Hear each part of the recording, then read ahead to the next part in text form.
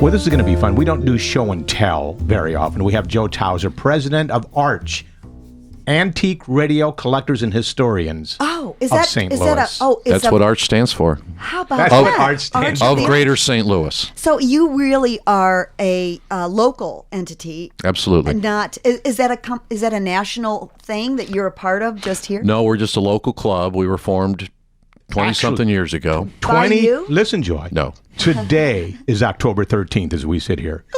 It was on October 13th, 1992, that 7 people sat around a kitchen table. I don't know where these two lived, Charles and Gloria Judeman. South St. Louis is where they lived at the time. Sat at their kitchen table and started You can this get there in 15 minutes. 20. They're not there anymore.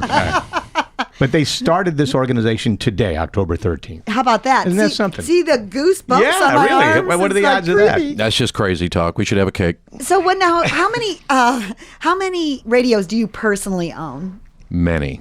Over 100. Of many, many different sizes. Now, this happens to be our radio, Joy. I brought yes. some of ours in for Joe to look And can at. you know, the big thing that we heard all the time was people would take, a lot of these radios were brown, and they would paint them, and that would kind of like devalue them, I guess? It depends on what the radio was. Some radios weren't worth a whole lot. They're still not.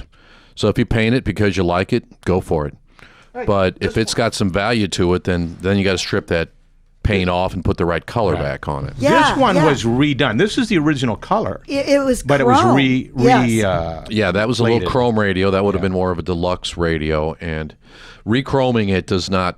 You can do that. It's not like antique furniture where you're really trying to maintain a 200-year-old look. Right. But once again, it's your radio.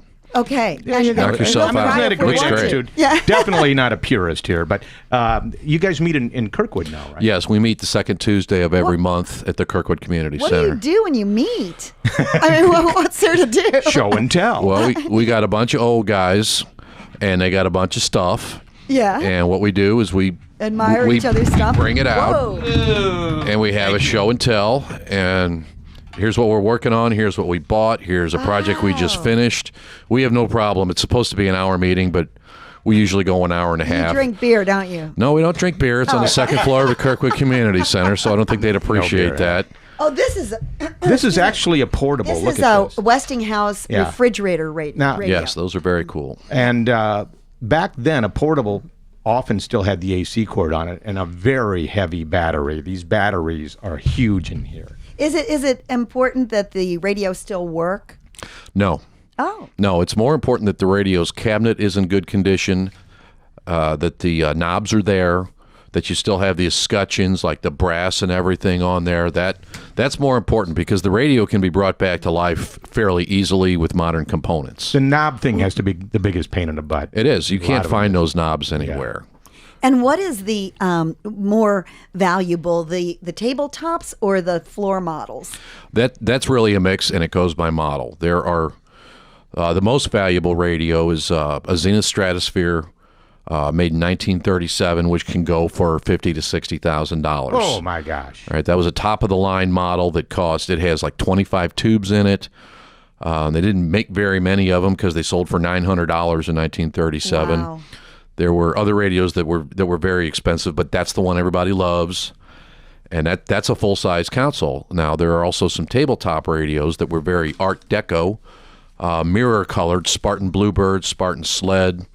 They were actually glass radios. Those go for $5,000-$6,000. Wow. Now speaking So the of size tubes, doesn't matter. Do you have any of those? No. Okay. Yeah, but you heard what he said. Size doesn't matter, Joe. Yeah, write that down. Okay, Joe. That's right. That's why we love radios. Speaking of tubes, pull out the guts you have over there of a small table radio.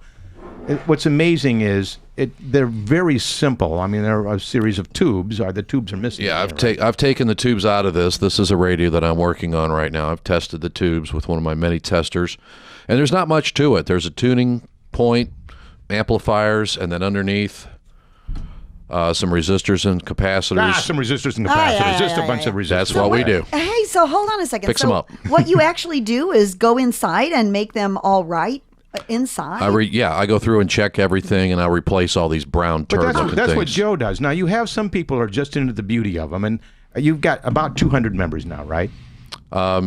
No, more like 70. Well, it said 200 on the website, so you've got to change that. Well, unfortunately, it's an election. we year. lose them. Yeah, they move. No, they die. Oh, they die. These guys are in their 70s and 80s. They die. But you should point out the cost of these things. I mean, if you find this somewhere, you might pay $25 for this. You might pay $20. You might pay $50. You might pay $75. Somewhere in that range, depending on your desire to have it, the shape it's in, how much the guy wants for it. I think we paid $25 for this. Well, right here. It's not a real expensive hobby. Well, No, it is a cheap hobby. hobby, and it doesn't take up a lot of room. And you don't want to overpay, obviously, but at the same time, if there's guys like you out there and your other guys who haven't died yet, they're